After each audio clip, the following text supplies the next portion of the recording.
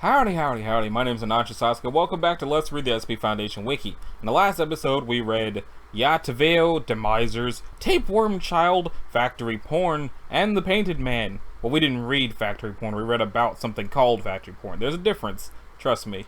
Next, in this episode, we're going to be really already messing up the words and nothing important has happened yet. Spider Proletariat, Mr. Life, and Mr. Death, which are probably Dr. Wondertainment things. The Exile Stone, The Beautiful World, and The Green Man. So, let's check out that there Spider Proletariat.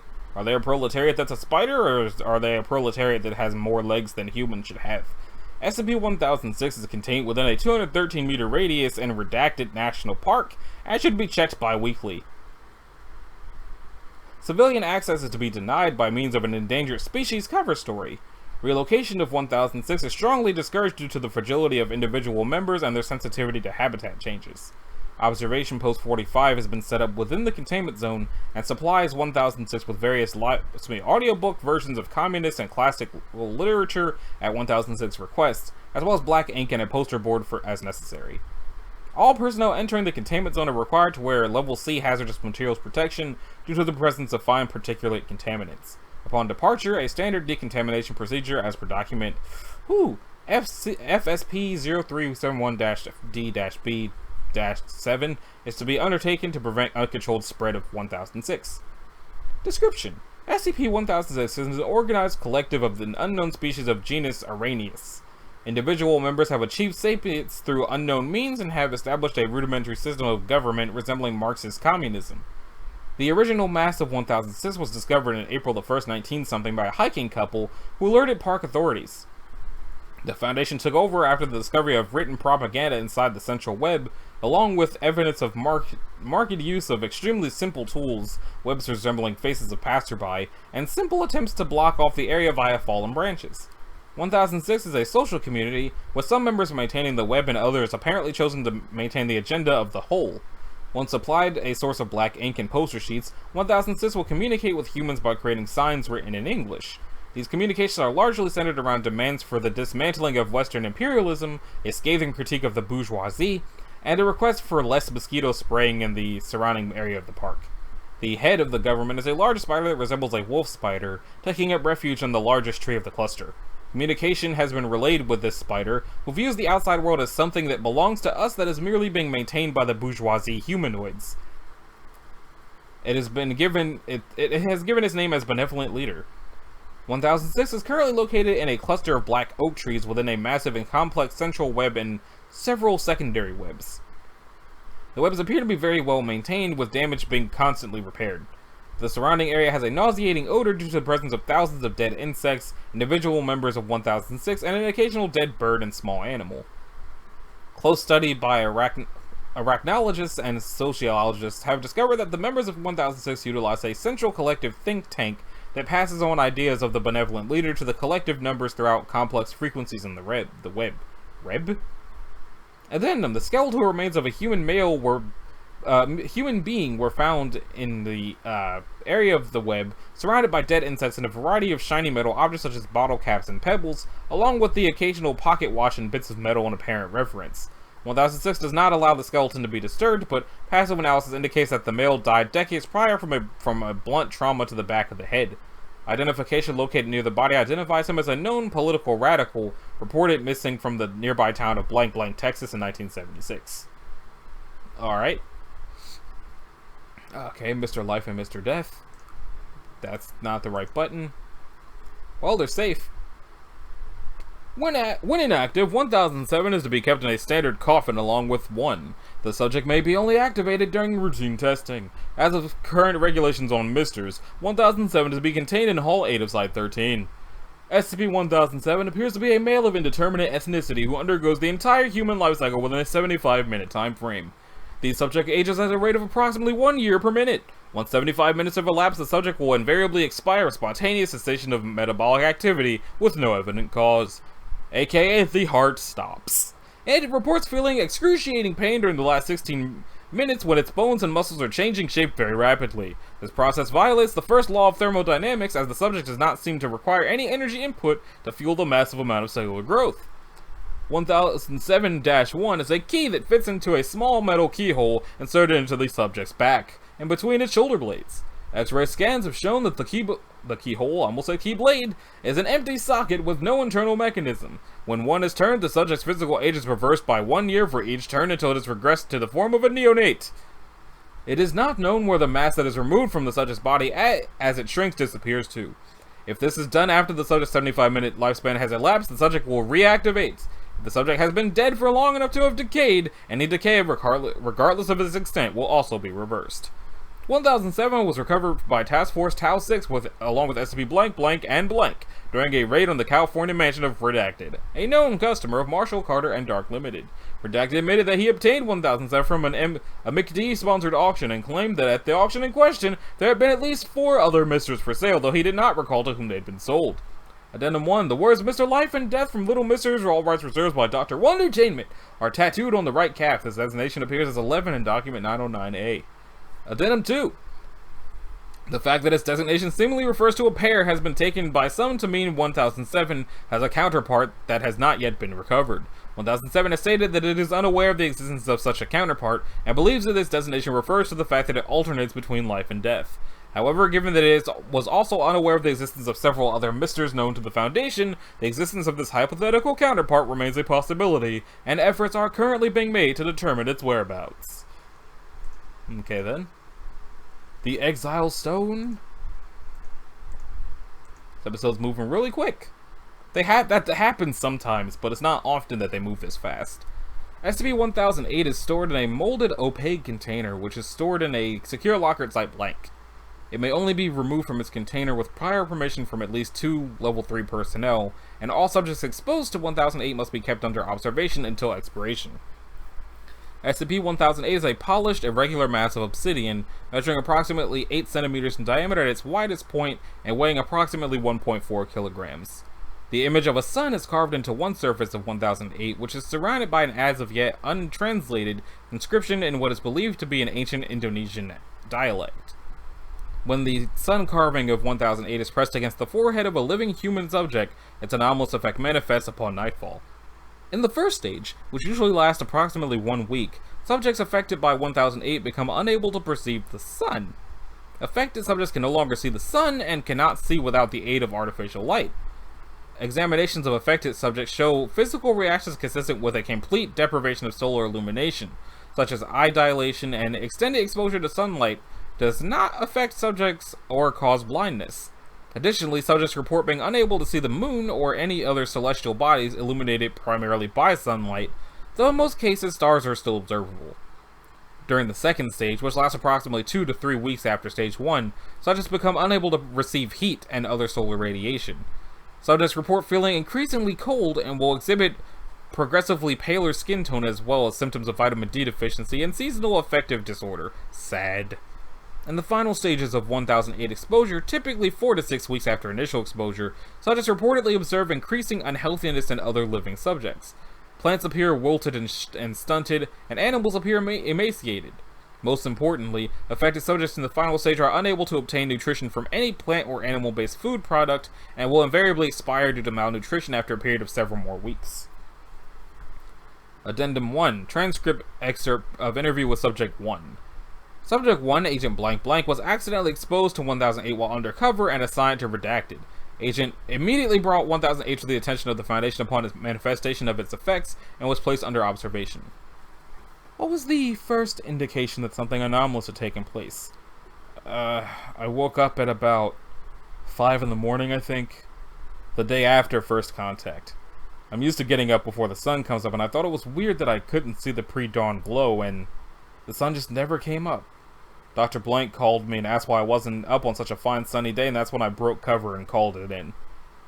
What happened next? Well, for the first few days it wasn't so bad. It was just that the sun never came up, and it was weird when it was completely dark out and you couldn't see anything but people were moving around normally. Got harder after the first week though. It just started getting colder and colder, and everything, the trees and plants, it all started looking sick and wilted, even though everyone else told me they were just fine. Go on. Yesterday was when it really started getting bad, I guess. It's just, everything comes from the sun. All the food we grow, the animals we raise, it's all just energy from the sun. I just can't eat anymore. Subject 1 became unable to eat after 36 days under the effect of 1008 and was eventually sedated and placed on an IV regimen. Subject expired after approximately 48 days in containment with, 43 days, with cause of death determined to be an advanced hypothermia and malnutrition. Addendum 2, partial transcript of 1008 inscription. Sinner, as punished/judgment, is banished, exiled from the face of unknown, possibly sun or god, to die in darkness. Is this attached to anything? Doesn't look like it's attached to anything. Okay. The beautiful world. Beautiful. The beautiful world is Keter, and it looks like it's a planet from No Man's Sky. The area surrounding 1009 is to be walled off to a distance of 3 meters around it. Speakers are located at every 6 meters around the perimeter of the area, each constantly broadcasting tones louder than 80 decibels. Now that I've made that reference to No Man's Sky, I think I'm going to name my home planet SCP-1009, unless the description is something terrible. Well, I'll get back to that after I finish reading it. These speakers are to be checked for functionality daily. Small neon tape flags are to be installed clearly around the edge of 1009 at small intervals. If during daily monitoring an area is found clear flags, containment should be reevaluated.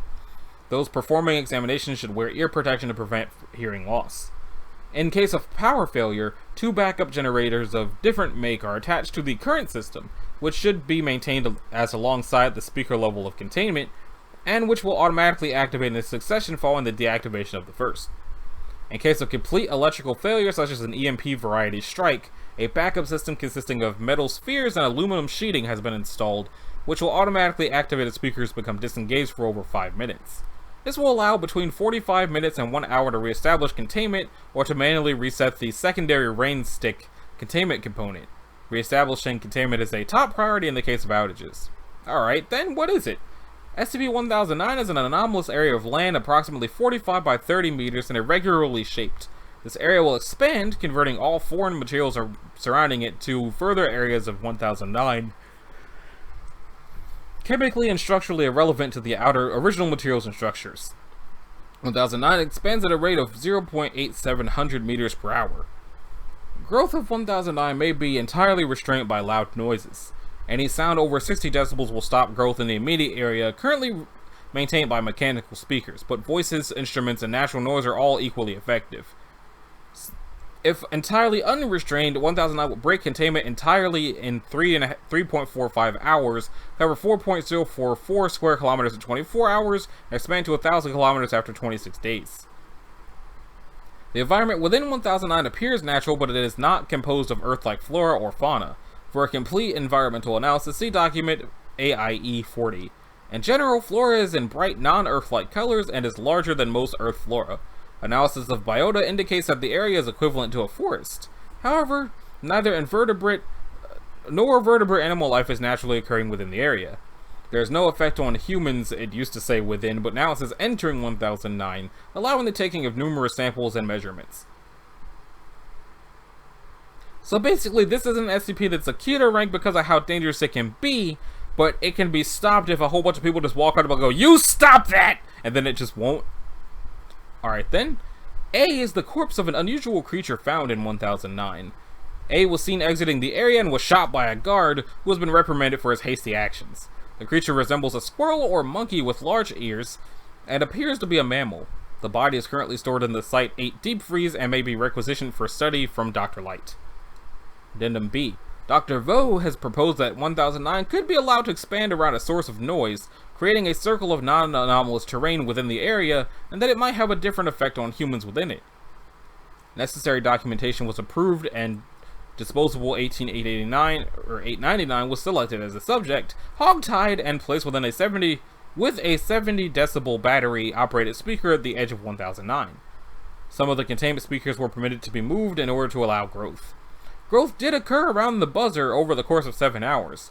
The D-Class was seen to experience typical fear and panic at the beginning of the test. However, in the area surrounding the buzzer, large spike-like plants grew to surround and form a dome over the top of the area, which is unusual.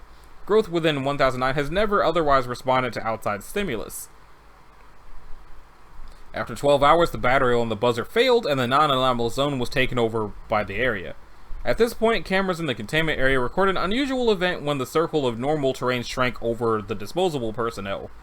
They disappeared and were replaced by a large dark-colored animal resembling a deer or caribou, free of restraint, which broke through the ring of branches using its head and proceeded to circle the area of containment, knocking against walls and damaging 3 speakers with its hooves and head. Cameras had difficulty picking up the entity's image. The photo included is the clearest available. Okay. At this point, the attending researcher, Dr. V. someone, radioed for help while grabbing a fire extinguisher and entering the containment area. Dr. V. Blank managed to drive the animal off, and it ran into the center of 1009, and apparently disappeared completely after leaving the sight range of both cameras and Dr. V. As far as can be determined, 1009B no longer exists and never exited containment. Tracking analysis indicates its footprints disappeared near the center of the edge as it leapt over a root. Containment was reestablished and a capture protocol set up in case further creatures appear within 1009. Okay, so if you put humans in there, they turn into this thing and then freak out. But nothing happens if they walk in. Now, how's about that there green man? The green man is safe. The green man is to be contained in site blank within an ecological containment dome outlined in document 101014. 1010.321. The enclosure is to contain populations of Pinus sylvestris and Dryopteris carthusiana, as 1010 is unable to effectively mimic either plant species. The ultraviolet lamps in the ceiling are to be set to mimic the diurnal cycle. Every 3 days, 190 liters of water is to be added into the green man's enclosure via the sprinkler system installed on the ceiling. There should be at least one attendant watching the security feed from 1010's enclosure at all times, and should report any abnormal behavior that the green man exhibits. During the seasons of winter and spring, 18th of December to 18th of March, no personnel other than disposable dudes are allowed to enter the green man's enclosure. The green man is a humanoid of short stature that has leaves covering, its body, with only its face palms and soles of its feet uncovered. The leaves grow directly from 1010. They are capable of rapidly changing species in order to camouflage itself from humans and animals. The rate of change from one species of leaf to another takes an average of 10 seconds. How this is achieved is unknown. 1010's face is that of a regular Caucasian male in his 80s to 90s with a large beard that is made of an unknown species of moss. The skin of 1010 is similar in appearance to the bark of Quercus robur, but has been shown to be very flexible and extremely durable. 1010 may use its leaves as a defensive mechanism. The species of leaves are used ranging from stinging nettles to Scottish thistles, as well as several unidentified plant species. It is to be noted that the irritant chemicals that are produced from the stinging nettles on 1010 are much more potent than the natural equivalent. It has shown intelligence equal to that of a common chimpanzee, and so far has not shown any signs of communication other than apparently unintelligible shouting and grunting. 1010 synthesizes glucose through an abnormally fast rate of photosynthesis. The water required is absorbed through the hands and feet of 1010, which have a physiological structure similar to a root system. It has a weight of approximately 25 kilograms and a height of 153 centimeters. It has displayed strength far greater than what will be assumed from its size, so not far greater, just greater. For 6 hours after sunrise, the green man will remain in a fixed position before carrying out its daily tasks. If 1010 witnesses someone purposely damaging any plant life, it will immediately attack that person with the intention of killing them. If 1010 is successful in killing them, it will proceed to cover their body in a sap-like substance of unknown composition that is secreted from the mouth of 1010. The body will then be used as fertilizer. The behavior of 1010 changes depending on the season.